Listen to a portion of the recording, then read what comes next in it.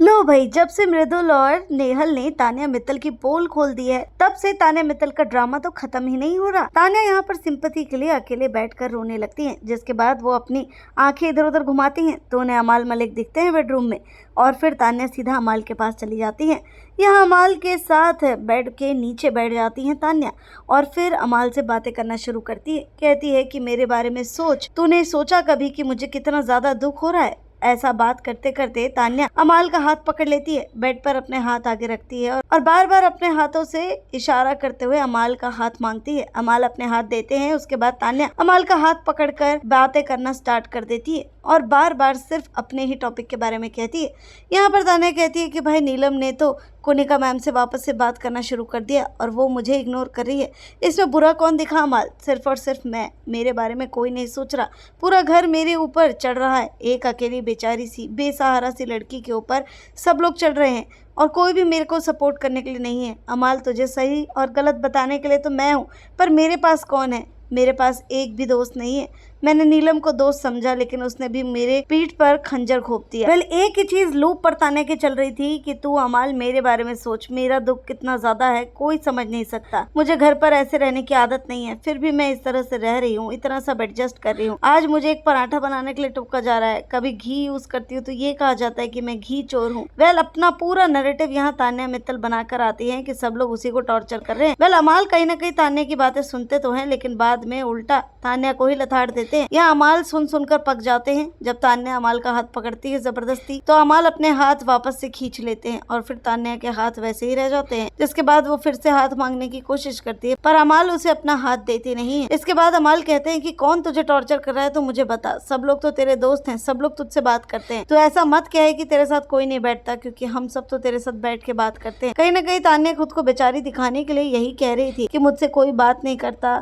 मुझे कोई अच्छा नहीं मानता, सब लोग मेरे बारे में गलत कहते हैं, मेरे कैरेक्टर पर उंगली उठाई जा रही है। और तो और पूरे घर से लड़कर अमाल मैं तेरे साथ बैठ के बात करती हूँ। कोई भी नहीं चाहता मैं तुझसे बात करूँ, फिर भी मैं तेरे पास आती हूँ, सबसे छुप छुपा कर भी नहीं बल्कि सबके सामने तुझसे बात करती हूँ। यहाँ पे अमाल को तान्या कहती है कि मैं समझती हूँ लोग तुझे मेरे बारे में क्या क्या कह रहे हैं और तू भी मुझसे बात करने के लिए कहीं ना कहीं कतरा रहा है। मैं सब कुछ समझती हूँ अमाल, फिर भी मैं तेरे पास खुद से आकर बात करती हूँ। ऐसे ही ये पॉइंट आता है गाइस, तो अमाल कहते हैं कि भाई तुझसे कौन रोक रहा है मुझसे बात करने के लिए, मुझे ये बता। कौन तुझे ताने मारता है अगर तू अमाल के साथ बैठेगी, ये मुझे बता दे। पूरे घर में मैं उसको देख लूंगा।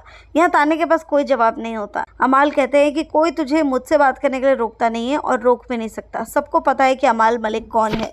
इस वक्त तान्या मित्तल का मुंह बंद हो जाता है, उसके पास कोई जवाब नहीं होता। तान्या चुपचाप से खड़ी होकर वहां से जाने लगती है। तान्या कहती है कि ठीक है, मैं समझ गई अमाल, कोई मुझे नहीं रोकता, पर फिर भी मैं तेरे पास आती हूँ, किसी से बिना डरे, सारे घर के अगेंस्ट में जाकर तुमसे बात करती हूँ। इस वक्त तान्या रोते रोते ये भी कहती है मेरा बर्थडे आ रहा है, पर कोई मेरे बारे में नहीं सोच रहा। मैं अपने बर्थडे पर किसी से लड़ना नहीं चाहती। कोई इतना तक नहीं सोच रहा कि लड़की का कल बर्थडे है तो इसको कम से कम आज के दिन तो हम ना रुलाएं। सब लोग मुझ पर चढ़ते जा रहे हैं। एक तरीके से तान्या जो है अमाल के पास सिंपैथी पाने के लिए आई थी गाइस, क्योंकि उसे लग रहा है कि अब उसका गेम धीरे धीरे कर टूटता और बिखरता जा रहा है। अब नेहल और मृदुल ने तो उसकी पोल खोल ही दी है और उसका रोने वाला नाटक और अच्छा बनने वाला नाटक भी काम नहीं कर रहा। यहाँ तक कि नीलम भी तान्या को छोड़कर कोनिका जी को ज़्यादा प्रेफरेंस दे रही है।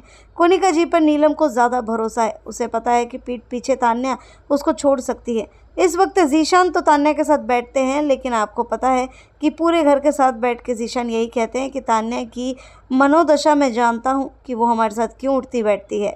और तो और अमाल मलिक भी तान्या के साथ दिखाने के लिए तो बैठते हैं, लेकिन पीठ पीछे यही कहते हैं कि वो मेरे पीछे पड़ी हुई है, कभी हाथ पकड़ती है, कभी मेरे पीछे भागती है।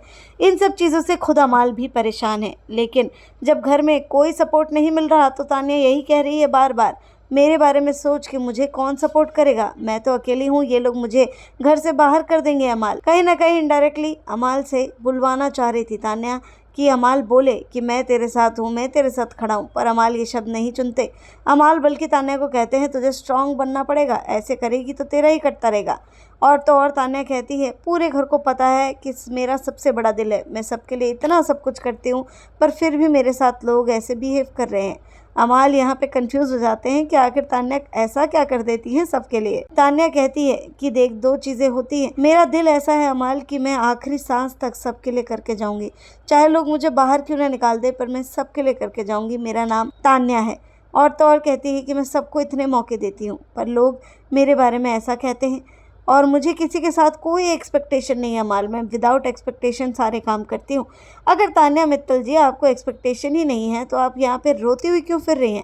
क्यों नीलम से एक्सपेक्टेशन लगा बैठी हैं कि वो आपको सेव करे और वो आपका साथ दे? यहाँ दोगली बातों की पूरी सीमा जो है पार कर चुकी है तान्या, और ऐसा लग रहा है कि अमाल मलिक भी धीरे धीरे तान्या की चाल समझते जा रहे हैं। तभी तो तान्या को अमाल कहते हैं कि तुझे स्ट्रांग बनने की ज़रूरत है। इस पर अमाल एक बड़ी मज़ेदार कहावत कहते हैं, जब हाथी चले बाजार तो कुत्ते भौंके हजार। इस पर भी तान्या रोना शुरू कर देती है और कहती है कि सारे कुत्ते के एक ही हाथी पर भौंकेंगे अमाल, तुम मेरे बारे में समझ नहीं रहे हो। बस यही एक स्टेटमेंट थी जो अमाल को आखिर तक समझ नहीं आती। इस बीच अमाल जब तान्या से सवाल पूछते हैं कि आखिर कौन उसे रोक रहा है उससे बात करने के लिए, तो तान्या चुपचाप से उठकर एग्जिट ले लेती हैं। गाइस, आपको क्या लगता है, ये तान्या के आंसू जो है वो रियल हैं या फिर ये बस सिंपैथी पाने के लिए हैं?